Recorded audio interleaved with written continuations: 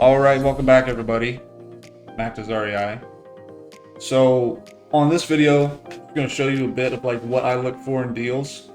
In a previous one, I was talking about my buddies, the Sicilian brothers over at, well, I don't even know if they call me their buddies. My acquaintances, the Sicilian brothers over at REIAF. After I talked to them, they started buying a lot down in this area too, because they also have the capability of making notes. And so typically things I look for, so like I said, I'm in like the fringe markets, hour outside of DFW, things like that, 30 minutes outside of OKC, and this one. So this is a perfect example of things that we offer on. See, this is a mobile home, it's on land, double wide. So I mean, if we took it down as a rental, fix it up, we could refi the money back out of it. But since we're going in cash hard money on these, we typically offer 55 cents on the dollar. You know, like I said, 7, 8 out of 10 times, the people are just going to argue with you or ignore you or tell you to piss off, things like that. But when you go in and you're offering on these things and you get a look at them, in the photos, it's very nice. Well, I mean, you can see some wear on it, but then when you go walk these properties, there's some more damage. There's soft spots in the floor. There was a dog hole by the door. I mean, we ended up going at a time where the owner was still there instead of just walking it as an agent. But like things like this start to add up. Some of the foundation, not the foundation, I don't think it's tied to the ground properly. And then he said some of the AC ducting underneath was also not in good condition. So it just had several things adding up that were going to keep it, and he had a driveway to the main road right there, that were going to keep it out of qualifying for, you know, FHA, USDA, VA, things like that. So these are the ones, because now they're conventional, cash only, we are going to go in and offer pennies on the dollar, because we're going to turn around and make our profit on the back end. Because, you know, real estate, just like anything else, the number one way to make your money is on the purchase. Like you buy low, sell high. And things like that, completely habitable. It's going to be minimal work for us if we even do anything on this. No HOA, it's perfect. And it's not too old of a mobile home.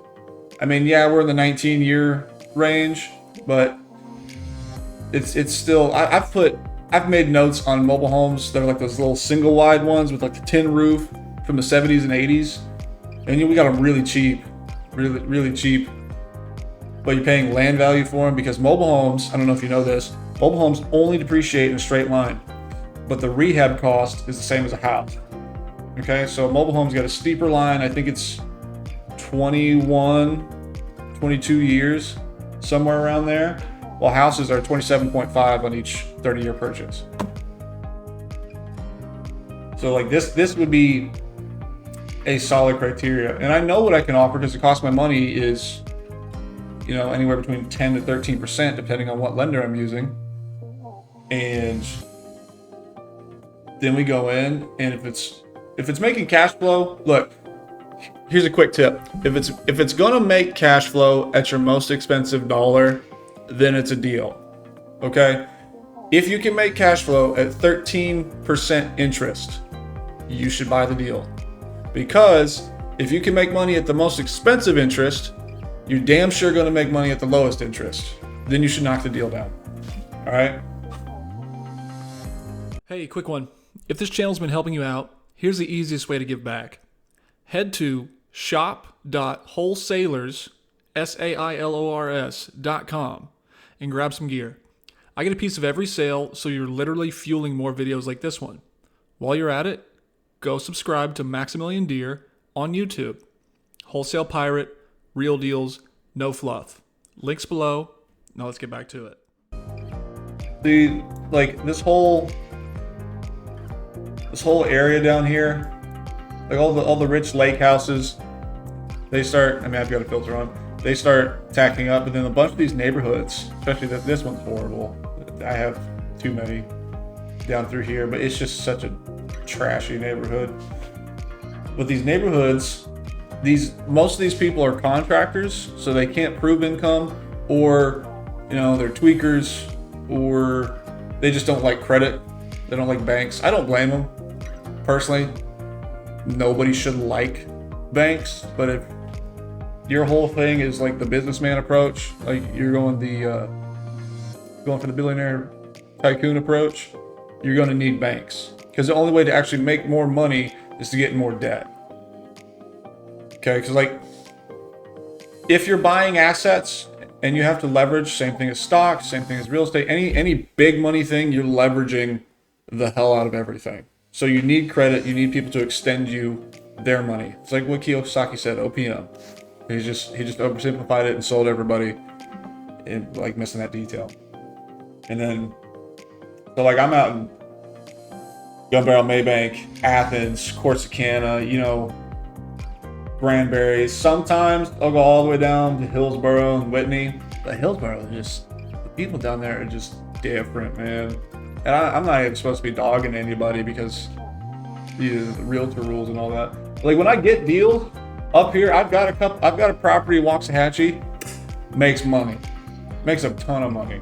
And then we've had deals all the way. I've got one in McKinney. We just got it back.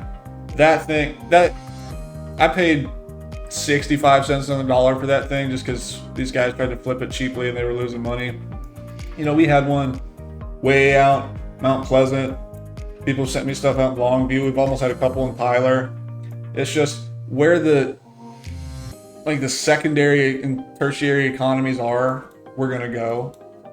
And then I'm all the way out in Weatherford. Now that I'm up in Oklahoma, I just go right up here on I-35. I go to like Ardmore.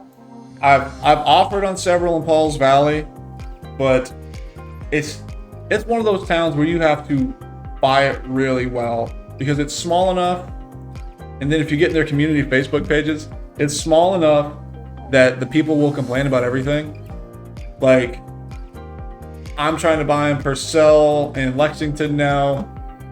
I would avoid Tecumseh just because of what I've dealt with. I've had one all the way out in Seminole before. Horrible. Bought it sight unseen. So get this. There's this property I was doing ads on, and we paid $8,000 for a house, sight unseen. I'm sitting there talking to my wife. I'm like, there's no way we can lose money buying a house for $8,000 because we're back down in like these southern Texas markets, because in Corsicana you could buy it for $50,000 on a really cheap house. And I was like, there's no way housing is below 50 grand.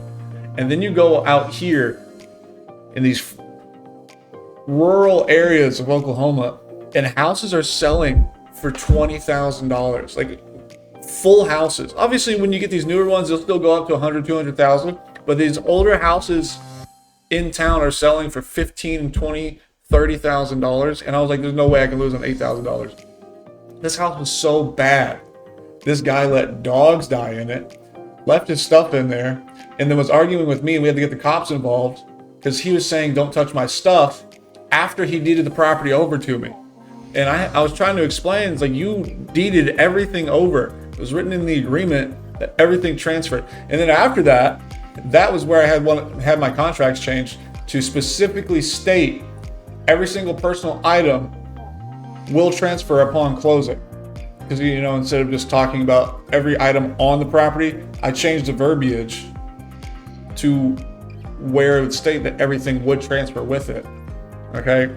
Because right now I am not licensed in Oklahoma. I'm about to be. Then we can go to the OREC contracts. I'll probably have the personal property addendum and all that. But in Texas, we use we either write it in the special provisions on the TREC contract to where all personal items left on property at closing transfer. And I know if what we've dealt with is if you go FHA, stringent bank, federally backed mortgages, you have to use a personal property addendum, things like that. And then so what we do is we always specify, you have to specify every little detail, because they're saying don't practice law, but you're a broker and you're trying to get an attorney just to write these little things in. It takes a lot of time and money for your client, and it's all about speed. Because 2019 really changed everything. But yeah, so like we're in Shawnee, per cell. I mean, I've got a couple in Norman already. It's just because it's near where I live. I would love to get some in Moore. There seems to be a very competitive flip market because Moore is right here. All the money is like up here. The really rich people in OKC are here. The rich suburbs are Edmond. Norman, obviously OU and the SEC and all that. So it's a very competitive market.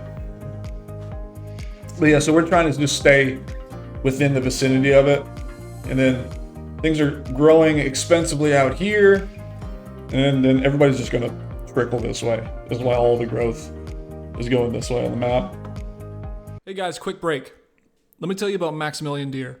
If you've ever wondered how people actually make money wholesaling real estate, not the gurus selling courses, the people closing deals. Max is the guy. He goes by the Wholesale Pirate, bought his first house at 18, did over $1 million in assignments, and now runs Wholesalers, the biggest free wholesaling community out there.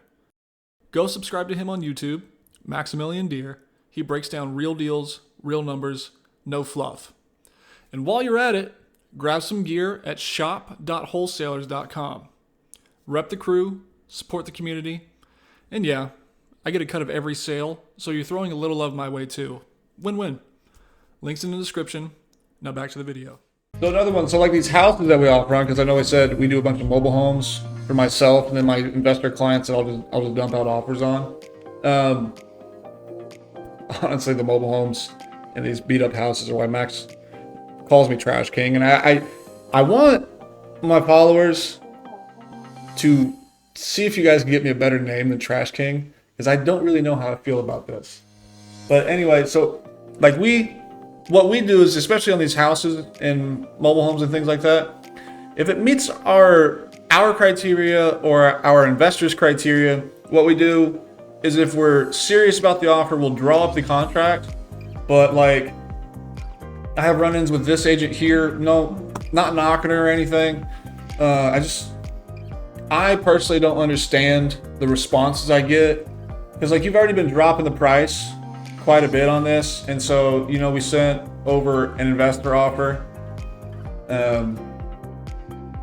where I was representing the beneficiary of the trust, blah blah blah, things like that.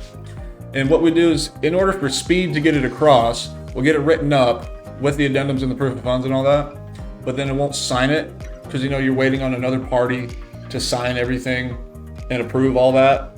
Because like if they already told me a number, I'm just gonna send it out. Because once it's like anybody else, like if you're wholesaling or you're actually buying the property, you get a number on paper, but then that number is never final until you have the final agreement. Like you go through your walkthrough and all your things like that. So we sent it out, but this lady, Miss Charles, she responds, "We will not acknowledge an offer that low, and your contract needs to be signed." I mean, I'm just doing a memory summary right here. I'm not going to pull up the email because that's a discussion between her and I, for the most part. And like once again, I'm not knocking her. This is probably just like her routine, things like that. But I personally don't know why you have to demand that the contract be signed even though you're going to reject it. You know, because it's just a testing the waters offer. It's not like I was $5,000 below your asking price. This is, hey, it's kind of like it's offer fishing. You know, we want to see what your response is to our offer. Because if it's a hostile response, it's probably not going to work anyway. I mean, most wholesalers know that because they're like, hey, I'm going to offer 60 cents on the dollar, sight unseen, blah blah blah. A lot of the homeowners are catching up to it. They're tired of it. But the caveat with me sending out offers for my investors and partners and everything is I'm an agent, and now these other agents see that we're serious about the offer and we have a written offer and a proof of funds. So this is just kind of gauging what we're doing. Now, if anybody can tell me why some of these agents demand that the contract be signed anyway, like signed by the buyer anyway before it's sent over, could you just like tell me in the comments below? All right, that's the video. If you made it this far, you're already my favorite kind of viewer. Do me one solid. Hit the like button, subscribe if you haven't, and share this with somebody who needs to see it. That's how this channel grows, and that's how I keep making these. Catch you in the next one.